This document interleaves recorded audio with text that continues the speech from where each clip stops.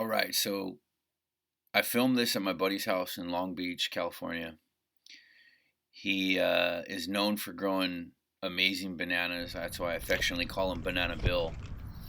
I've gotten a lot of different varieties from him over the years, for myself, for friends, and for clients. And his front yard right here is filled with a bunch of different types of edible plants that do really well, give them fruit, and also look beautiful, as somebody once told me, elegant edible landscape. So, it doesn't always have to look just like an orchard. It can have stuff put in together in layers and still be functional, and also giving you fruit on a regular basis. So I'm just taking a little walk through right here so you can kind of see what's going on in his front yard and all the different trees that he has. And then I'm going to head into the back. You see the lychee right there with an air layer on there. And yeah, he's got guavas, he's got mangoes, he's got stone fruit, he's got citrus, all in this front yard.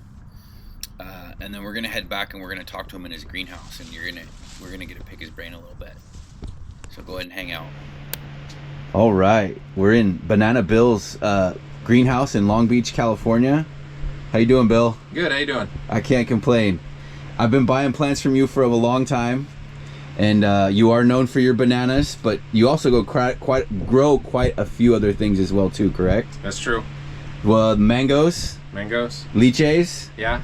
Sugar cane. Yes. And then you got some other weird stuff that I've bought that I don't remember the names of. What do we got going on over here? Yeah, so I grow a lot of different garcinias from seed. I'm a big fan of garcinia fruit, which there's all different kinds. So I grow a lot of those small ones. Different types of sugar cane. I grow 6 different types of sugar cane. Grumichama, it's a tropical cherry. I'm a big fan of those. It's a pretty plant. You can grow it as a small tree or a big bush, and fruits once or twice a year. Really good fruit. Nice looking plant. Different types of heliconia. These are different types of heliconia, which is like a tropical. If you ever go to the tropics and you see the pretty tropical flowers hanging down, that's the heliconia family. Most of those you can't grow here because they're too cold sensitive, but there are certain varieties that you can grow in kind of protected areas. So I grow those. I graft a lot of different types of annonas, rare types of annonas. I focus more on adamoyas and cherimoyas and reticulatas and alamas and that kind of stuff that produces pretty fruit. And then I'm going to grow it here and see, how it handles the cold, how it grows, how the fruit tastes, how productive it is, that kind of stuff. But I figure I might as well start off with a pretty fruit. I guess I'm kind of vain that way. These are the golden soursop that I've been growing from seed. The regular soursop's like a green soursop. This is like a yellowish gold. Really pretty fruit. You can grow fruit. You can grow and fruit soursop here in Orange County. There's people fruiting them in Westminster and Garden Grove. Again, they're cold sensitive, so you kind of have to pick the right spot to grow them, but they're very doable. That's awesome. So how long have you been into all this? Probably 15 years. Wow. And when we bought this house is when I kind of started switching over from palm trees into edible stuff. Kind of started with bananas. I grow 10 or 12 different kinds of bananas.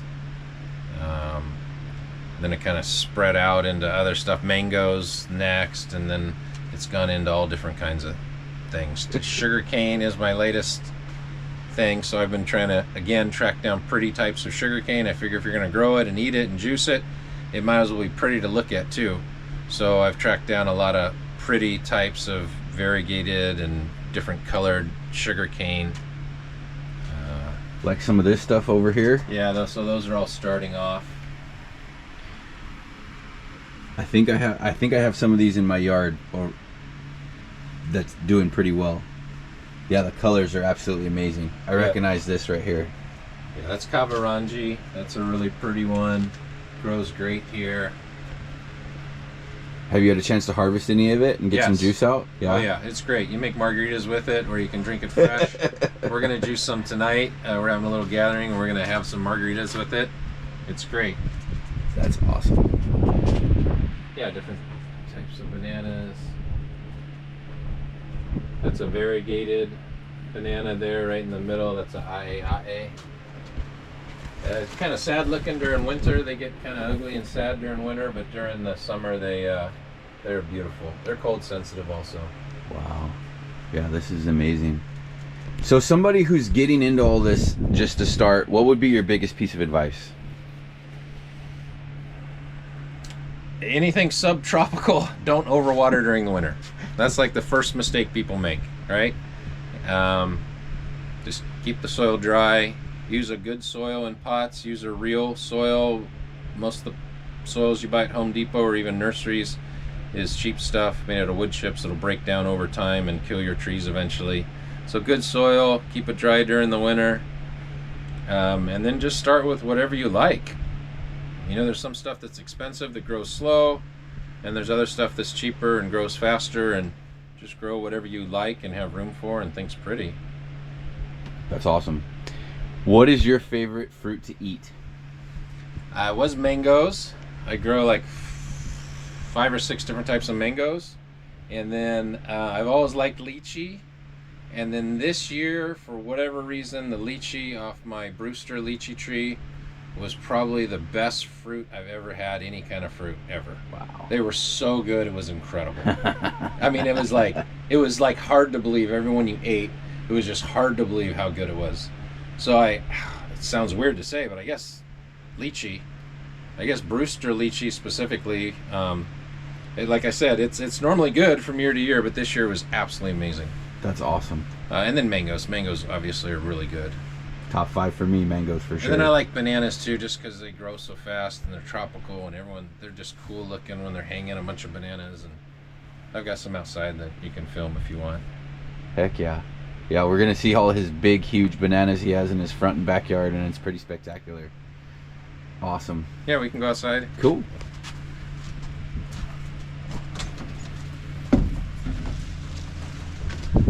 The natural lock. Yeah.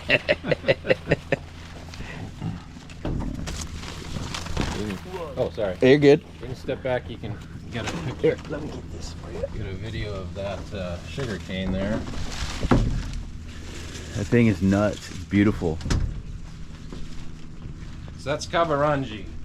Kavarangi. And I like sugar cane, you know, because it's cheap. It grows fast. It's beautiful, and you can just drink the juice, you know, or you can make, you know, margaritas or cocktails out of it. So I like it. It's really pretty, I think. Yeah, it's beautiful. It's a great, elegant, edible plant for the landscape. And what do we got here? We got all these different types of mangoes. All different types of mangoes. I see Alfonso. I see peach cobbler. I see Maha Chinook, Bombay, Pina colada, peach cobbler. Ceci Love. That's from what's his face from Florida. Dr. Oh man. Oh, Fairchild? No. He named that after his wife, and I can't think of the name right now. Zill? Nope. No? Nope. His dad started it, I think, and now he has his sons working on it, and they produce their own varieties of mangoes. And his name will probably come back to me as soon as I leave. Okay. But yeah, he named that after his wife, Ceci Love. Okay. That's actually cool that you got that. So you did a trade for all these for some lychees you had? Yeah, I air layer a lot of Brewster lychee trees, and then I'll trade with people that have other trees, other nurseries. So I'll give them Brewster lychees in exchange for other trees that I can get and sell. This is Maha Chinook. Big fan of this mango. It's very disease resistant. The fruit's really cool looking, and it's anywhere every year from like excellent to some years it's absolutely amazing. There's some fruit. There's a big fruits in clusters. There's a big cluster. It's December. Oh, here you go. There's a big cluster in here. Oh wow. So it fruits in like groups of, 5 to 20 fruit hanging. They get this long like S shape, Yeah. I don't get a lot of heat here, so my mangoes tend to be very late in the season. But Wow. And you got flowers on it as well too right now, right? Are Yeah. coming in. And then you've got little tiny ones, little tiny mangoes starting to show out right there. And this is December. yeah, Okay. the tree's confused. It's confused. It still has fruit on it from last summer, and yet it's flowering again. That's crazy. But again, like, I'm so close to the coast here, I don't get a lot of heat. Mangoes like, heat. If you're 5 to 50 miles from the coast, they really like that. I'm 2 miles from the coast. My summers are so mild that the fruit takes a long time to mature. So basically you're getting like essentially a bumper crop, because you're having fruit ripen on the tree, but then you're having flowers pop out with smaller fruits forming too. So you're almost getting continuous production from this tree in your area, right? Yeah, the problem you have with mangoes in Southern California is that they just want to fruit all the time. They put all their energy into fruit and they won't grow. So when they're small, you can't let them fruit, otherwise they'll stunt themselves or they'll fruit themselves to death. So when they're small, you need to strip the fruit off when it gets about the size of like a quarter, so that summer the tree can put its energy into growing. Otherwise it'll literally put all its energy into the fruit until it like exhausts itself and dies. Because they're grafted. They don't realize that they're a 1-year-old tree. That's a grafted. They think they're 20 years old. Aha. So that's the danger. So would you say that's just for the first year, or would you do it for multiple years until it gets to a good size? Until you get it up to a size that you want. Most of the grafted mango trees here in California only get up to 8, 10, maybe 12 feet. Seedlings will eventually grow into giant trees, but most of the grafted trees here stay small. Out where you are with that extreme heat, they might grow into 20, 30-foot trees. I don't know. But like Orange County, LA, San Diego, that kind of stuff, 6, 10 feet. I've seen stunted mango trees that are 20 years old and they're only like 4 feet tall. Stunted because they let them fruit at a young age and they permanently stunted them. Wow. So you have to, when they're small trees, you have to let them get up, get some size to them, so that they can. Our growing season takes so long.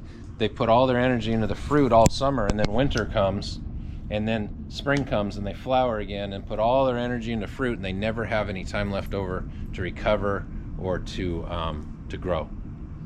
It makes sense. So. And then I grow Edwards. Sorry, they're all behind. These are all different types of Anonas that I've gathered here that I'm going to try to graft and propagate. But behind them in the ground are different types of mangoes. There's Edwards. This is Fruit Punch.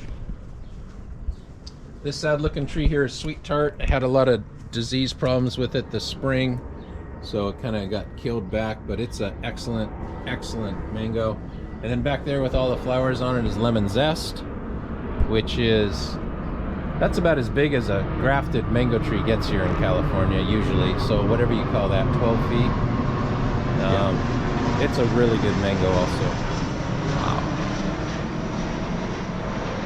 So you got into this to have delicious fruit for yourself, but then your passion became a side business. My obsession. Yeah, it started with the bananas. I didn't think you could fruit bananas here. I found some varieties that you could fruit, and then I had extra pups from those, and I threw a couple away, and I was like, it just felt so wasteful. So I was like, well, there's probably people out there that are looking for these, and I found varieties that'll fruit here that have, they're cold hardy and produce great fruit. So that's how I sold a couple of those on Craigslist, and I was just kind of selling a couple, extra banana plants when I had them, and then I planted some stuff out, and my Brewster lychee tree in the front just grows like an absolute weed for me. And I was trimming it back, and I was throwing out branches, and I was like, this is such a waste. Like, if this was a tree, there's people that want these, and this would sell for $50 or $100. So then I started learning how to air layer the lychee tree, and so I sell a ton of Brewster lychee trees, and then it just kind of it's fun to learn and try new things and figure out, how to grow something and which varieties are good and then how to propagate it, and it's fun. That's cool. So you are not in the plant or any type of agriculture or anything like that as far as profession goes right now? Correct. Yeah. Just pure hobby obsession. That's awesome. Yeah. Heck yeah. Yeah, that's how we met. I've been buying plants from Bill for years. And yeah, he's always got some cool and interesting stuff, and I'll text him like, you still got that? So these are some of the bananas right here, huh? Let's see. Yeah, farther back here, yeah, we've got, these are all different in-ground, different types of bananas. This is dwarf Brazilian here. It has some fruit up there. The racks of fruit on it are normally bigger, but this tree is kind of getting a lot of shade. But that's dwarf Brazilian. That's a really good variety.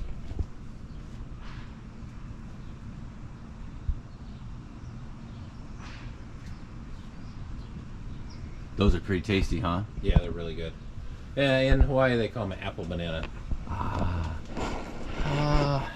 And then back there in the ground, so that plant up there up top, that's a new one that I got. It's a really rare plantain. It's called French Red, and it produces red plantains. Red plantains? Red plantains. So most of the red bananas are really cold sensitive and hard to grow here, but that one can take it.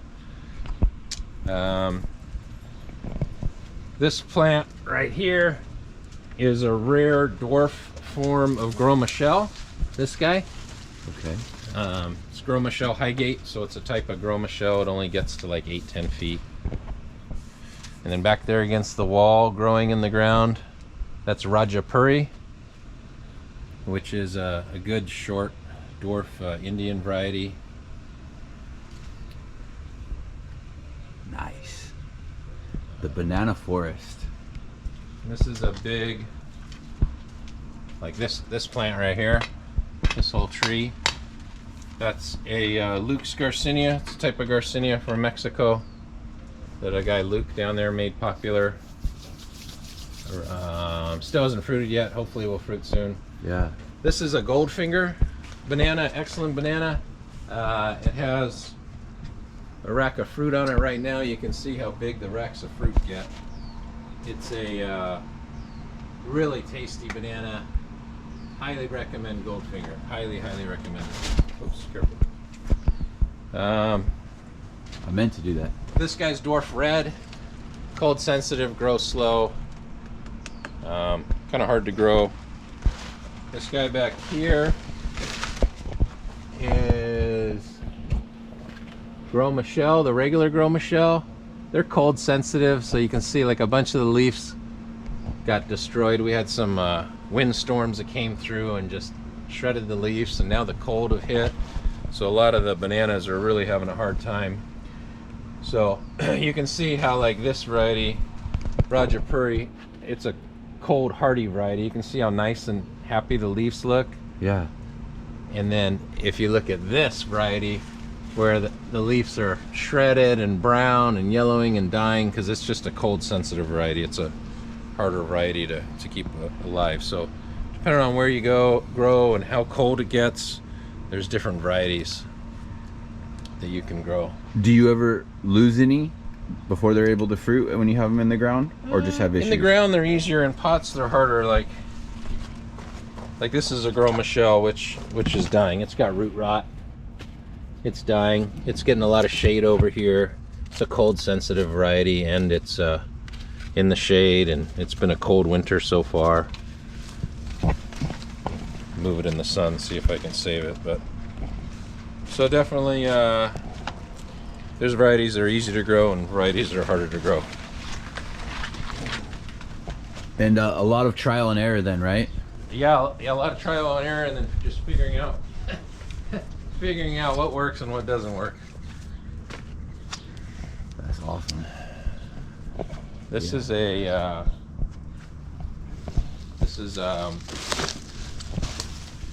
koki, a type of sugar cane. Sorry, the sugar cane back there, that's a koki. gets really pretty variegated stripes on it. Yeah. Great landscape plant. I could definitely see that being used and implemented, especially out my way, because they love the heat. And yeah, I think that could be put in a lot of different places, make it look more tropical and just something cool that your neighbor doesn't have. Yeah, they're nice because they grow fast. They grow fast and they're relatively cheap, and they're really pretty to look at, and they're edible. Yeah. Why not? Make it beautiful, but then it have a purpose. Yeah, exactly. Might as well do both. Exactly. And what do you got over here on the side of the house? Well, we got the Traeger with the meat going for the shindig. Yeah, these are just a bunch of lychee trees. Like I said, I saw a lot of lychee trees. Down here are some bigger garcinias, different types of garcinias. Garcinias grow really slow, so these are, I don't know, years old. When they're small, they prefer shade. More shade than they're getting over there. Like longan trees. These are some small grafted pickering mango trees. Again, different mango trees over here that again I traded with a guy. Nice. To get. And then the raspberries that are still holding on with some leaves. Yeah, so I've been experimenting. These are there's actually some blackberries mixed in here. Okay. And then I planted grapes this year to try some different varieties of grapes. I'm so close to the coast, I don't know, we'll see. I don't think the grapes are going to work out. Okay. They like a lot of heat, which I don't get. Yeah. We should have a compromise. I'll give you a little bit of my heat, and you give me a little bit of your I wish I moisture did and have cold. more heat. It would be good. And then on the other side, I grow blackberries. They're kind of sad looking right now because it's winter, but there's some really delicious types of thornless blackberries you can grow here, and they love this kind of cool coastal environment. They don't like your heat at all, but this cool coastal environment they love, the blackberries. Yeah. Yeah, this is awesome how you've integrated all this stuff into your yard, but your yard still looks really good. And you know, you'd walk back here and be like, "Oh, that's awesome! I could see that." Whereas my jungle is not what everybody wants.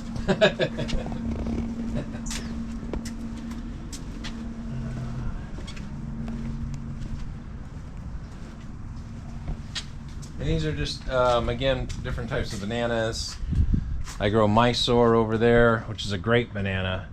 Tall, grows giant racks of bananas that have like a berry taste to them. They're great. This is blue Java, or the ice cream, like the real ice cream banana. Mm-hmm. There's actually some fruit hanging here. They're getting close to ripening, so they're kind of losing their blue color. But if you compare that to these bananas, you can see how they're a lot more silvery blue than those. This is Paggy, a rare type. Oops, sorry, a rare type of banana that I've only tasted the fruit once before, but it's supposed to be really, really good Paggy. But you can see the kind of the color difference. And this, like a month or two ago, was a lot more bluish silver. So that's where it got its name, Blue Java. You think maybe one of those is ready? I tried. I pulled some off, and they're not. Oh, It'll have to happen in the spring. okay. Yeah, we pulled some off. They never ripened, so we cooked them. The Blue Java you can cook as a plantain. Really? So we cooked them as plantains. That's good to know. I did not know that. Well, I don't know about plantains, but like like frying banana.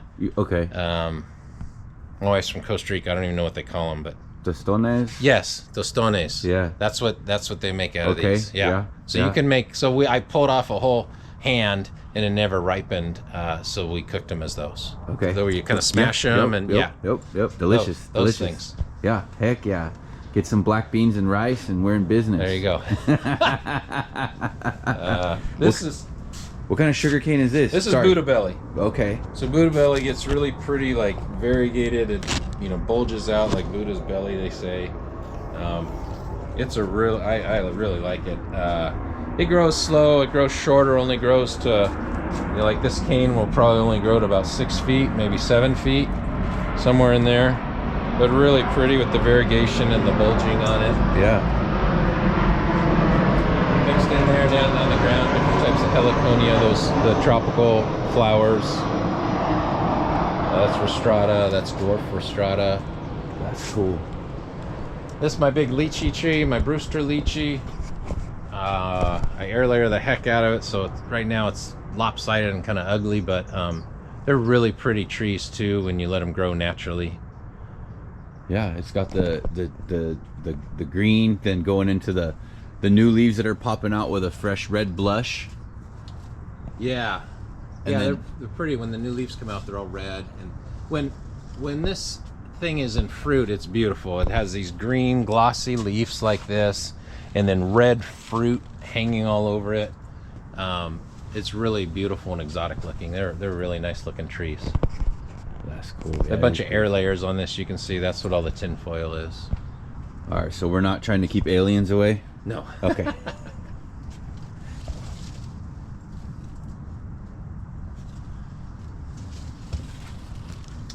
This is my Grumishama tree, or bush. You guys saw smaller plants of those earlier. I like these. They're pretty trees. You can grow them, like I said, as like a big bush. So I kind of grow this one as a bush or a small tree, and they produce like purple sized, about smaller than a quarter, a little smaller than a quarter, tropical cherries, and they're really good, really good. Very tasty. Fruits once or twice a year. This is a dwarf mango. This is ice cream, which I highly recommend to people that get a lot of heat. It's got fruit in here, which is starting to get cold damage. That's what the black stuff on it is. But again, it grows like in these clusters, which is cool when they're hanging on the tree. I'm gonna probably pick those and see if they'll ripen up. But this variety likes more heat than I get. But when it is properly ripened, it is an incredible mango. Okay. Incredible. Then we got the hibiscus versus Jamaica. Yeah. Different types of hibiscus, which were supposed to be dwarf, but they're only dwarf if you trim them back once a week. That's the only thing that keeps them dwarf. This is Spicy. spicy. There we go. Which is a apricot and a plum. It's a nectar Or plum. nectar plum. There we Yeah. go. Okay. I don't think I've ever tasted the fruit, but I can tell by the leaf, and I think we've talked about it before. It is really good. I bought it. I've never tasted the fruit or anything. People just talked about what a great stone fruit it is, and it really is good. Big red fruit, dense, juicy flesh, kind of like a mango. The flesh really reminds me of mango. It's like really dense and really juicy. Really? And it tastes like a stone fruit, just like a really good stone fruit. I don't know. I'm horrible at describing flavors. It tastes good. Very good. There you go. That's all we need. Easy to grow. And then it's pretty too, because all the new growth, it drops all its leaves in the winter, which is starting to do now. But then in the spring, when it has a growth flush, all the leaves come out red. So the whole tree's red and then starts changing, slowly the leaves turn to green. So it's a really pretty tree, and then it gets flowers all over it in the spring. Really pretty tree, beautiful, delicious fruit. It's definitely a winner. Easy to grow. Stone fruit's easy to grow here. Some different types of Pineapple guava. pineapple guavas or feijoas. Yep. Yeah, If you're getting technical, yeah. and he is. And these are a couple of varieties from a collector in Santa Monica. Didn't you tell me you were going to pull these out at some point? I might. I've tasted the fruit on both of them, and it's delicious. So, are you going to transplant them somewhere? Or? I'm not sure what I'm going to do. I want to put sugarcane here. Okay. A sugarcane here and a sugarcane there. I think it'll look really striking with the big canes and the color. Yeah. So we'll see what I do with them. All right. Well, if you get rid of them, let me know. Okay. I'll come with the truck. A couple of different types of peaches. This is Red Baron, which is an excellent peach. Do you know about how many hours, chill hours it is? They say 3. It's like 250 to 350. Okay. And then this one is Long Beach, which is a peach obviously from Long Beach. It only needs very low chill, only needs like 100 hours. Oh, wow. The fruit is not as good as Red Baron. So the Red Baron, for me, I'm so close to the coast, it fruits most of the years, 3 out of 4 years. Yeah. Whereas this fruits every single year. Okay. And sometimes the Red Baron doesn't have many fruits. You can tell, like, it didn't get enough chill, like really barely produce any fruit, barely grows. So the Long Beach will always grow, always flourishes, but like I said, the peaches aren't as good. Another type of Feijoa. Wow. One's Glenn's Triumph, which is a seedling of Triumph that the guy Glenn found. I don't remember where. He's traveled all over the world, tracking down different Feijoas. And then one's White Goose. And I forget which one's which. They're labeled. And then I see a avocado there in the back, huh? That's a Reed avocado. Nice. I see it looks like avocado's right there. I'm a big fan of Reed. Great tree, grows tall and skinny. Oh yeah, there's some fruit up there. Giant. You look at the one in the, oh yeah, there's that one. And then if you go up towards the top, straight up, you see that big one? Oh, up yeah. there. Yeah. So they'll get big. They'll get up to like 2.5 pounds. Really? And they are a delicious avocado. How big is the pit? Yeah, it's kind of big, but it's not giant. Yeah. It's not giant by any means. I mean, but it's still a huge fruit, so I'm sure you get a ton of flesh in there. It's delicious. And the other nice thing about it is the fruit, if you cut it and put it in the fridge, it doesn't oxidize. It doesn't turn brown. So the fruit itself will stay green, or if you make guacamole and you put it in there, it'll stay green. It doesn't oxidize, which is That's interesting. another cool thing about it. So Yeah. to me, it's the perfect avocado. Tall and skinny, delicious. Doesn't oxidize. It's a winner. That's cool. That's a Tango tangerine, or mandarin, or I think it's tangerine. Tango grows like a weed. And out your way, will you get multiple crops a year on your citrus trees? No, just one a year. Okay. Just one a year. So these will be ripening. These will be ripe in like January, February. Whereas in the back, I have a Satsuma, and it's kind of ripe now. It's ending its season. Its season will end here in a couple weeks, maybe another month. So the Satsuma comes first, and when the Satsuma is done, the Tango starts. The Satsuma is real sweet and mellow. Tastes very good. And this, you wouldn't call it spicy until you've eaten, like when you've been eating the Satsumas for a couple months, and then you taste these, you go, oh, I see why they call it spicy. It just has this spicy, not like hot, but like there's some other like spiciness flavor to it. Okay. Yeah, I don't know how to describe it. So this one is what they consider like kind of like a spicy tangerine. And then you got your beautiful lavender here growing. Yeah. This looks like Goodwin Creek, or no, it's not. Do you ever do lavender lemonade? No. Yeah, so at the lavender festivals, they'll make fresh lemonade, and they'll put the flowers in, and you can make lavender lemonade. It's absolutely delicious. Oh wow. So since you have a plethora of it, next time you get some lemons, maybe check it out. Oh, nice. I didn't know that. I'll try that. Yeah, what I like about it is you can see there's bees on it now, so it just is always attracting the bees. Yeah. Pollination, which is what you need, cross-pollination on some things, right? Yeah. And do you have to hand pollinate anything ever? Some of the anonas will really benefit from hand pollination. Yeah, so again, like what I'm experimenting with back there is those 20 different varieties I have. I've got about 20 different varieties that I collected that produce like pretty fruit. So I'm seeing how cold sensitive those are, and then which ones will need hand pollination and which don't. So this year, out of the 20 varieties I grow or so, self-pollinating was Painter Charolata, which is a popular Charolata over the past couple years, created by John Painter, I believe, in Florida. Cherimoya crossed with reticulata. It's a pretty red fruit. grows well here, fruits well here.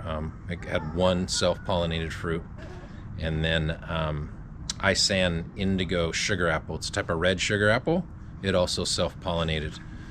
So those are small trees. There's only like 15, 20 different varieties.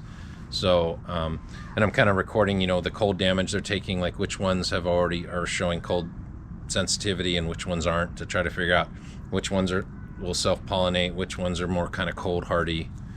And then ultimately it's like, well, what does the fruit taste like, right?